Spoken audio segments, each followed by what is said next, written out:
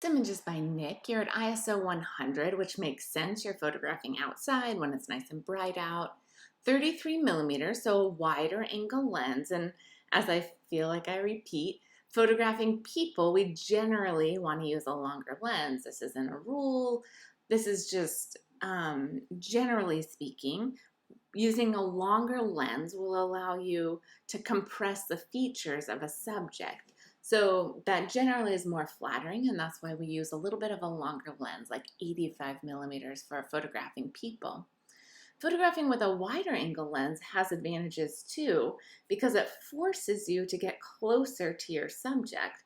And that interaction can often work really well for your photographs. So it's not that you shouldn't use a wider angle lens. I just want to express that generally speaking, we use longer lenses for portraits.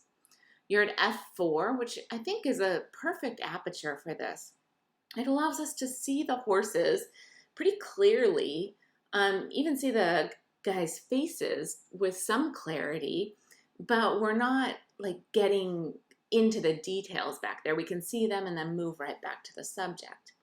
At 1/320th of a second. So that is nice and fast, no issue with camera shake there or motion blur or anything.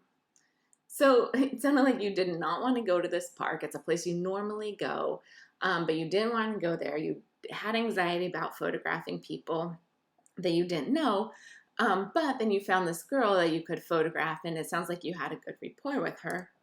And by looking here, it looks like you had a great time photographing her. Some of these portraits are really nice. What's interesting here is that this is like such a divided portrait, right? You have your subject closing her eyes, like holding her phone, but holding her waist. And she is in the shadow. She has nice light on her, actually, but she's in the shadow. And then in the background, you have this bright area, and you have these guys riding by on their horses. So it just feels like you're doing like a fashion shoot, and these guys are randomly walking by, and it feels very like very separate. Two different things are going on in this image, and that works for some reason here. It feels like it was so intentional with where they line up. It's not like they're just right behind her. It was intentional that you photographed them before they were behind her. And there's something about this juxtaposition of the two that I think ends up working really well here. Now, if we're thinking of just a straight portrait, I think you have stronger portraits here. Like this image, the light on her face is really beautiful. Or this image here, she's walking away, is working really nicely. Here, this is working well. There's a lot of great images here that you got while you were photographing. But I think that divide that you showed is very unique and has something like that seems relevant with the times. It seems relevant with the political divide and all that's going on, just having a separation and two people on one side and one person on the other and different light that they're in. Maybe I'm reading too much into it, but I see a lot happening there. On a lot of these, I just want you to be careful of your crop, like cropping in on her hand here or here. Gets to be a little bit of a tension point, cropping in on her hand there, cropping at the joint of her knees. So just be aware of that as you move forward. But really nice photo shoot. All right, this image is by Allison. You're at ISO 400. So you kept your ISO lower. You're at 55 millimeters, f8 at 1/2000th of a second. So all of those settings look good, but it looks like there's something going on with the image. I don't exactly know what. Like there's clarity back here, but when we look at these subjects, they almost have a noisiness about them, and they're pixelated. Like we can see the colors, the pinks here, and he's very pixelated, but I'm not seeing that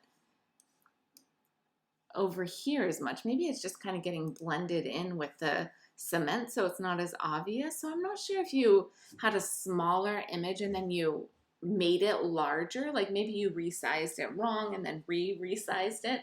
But the pixelation is very distracting in this image. So that's something that needs to be figured out. So you have two subjects. I think they're brothers that are your neighbors, and they're sitting on a skateboard, which we can't really see, but they're sitting on a skateboard in the front of their house.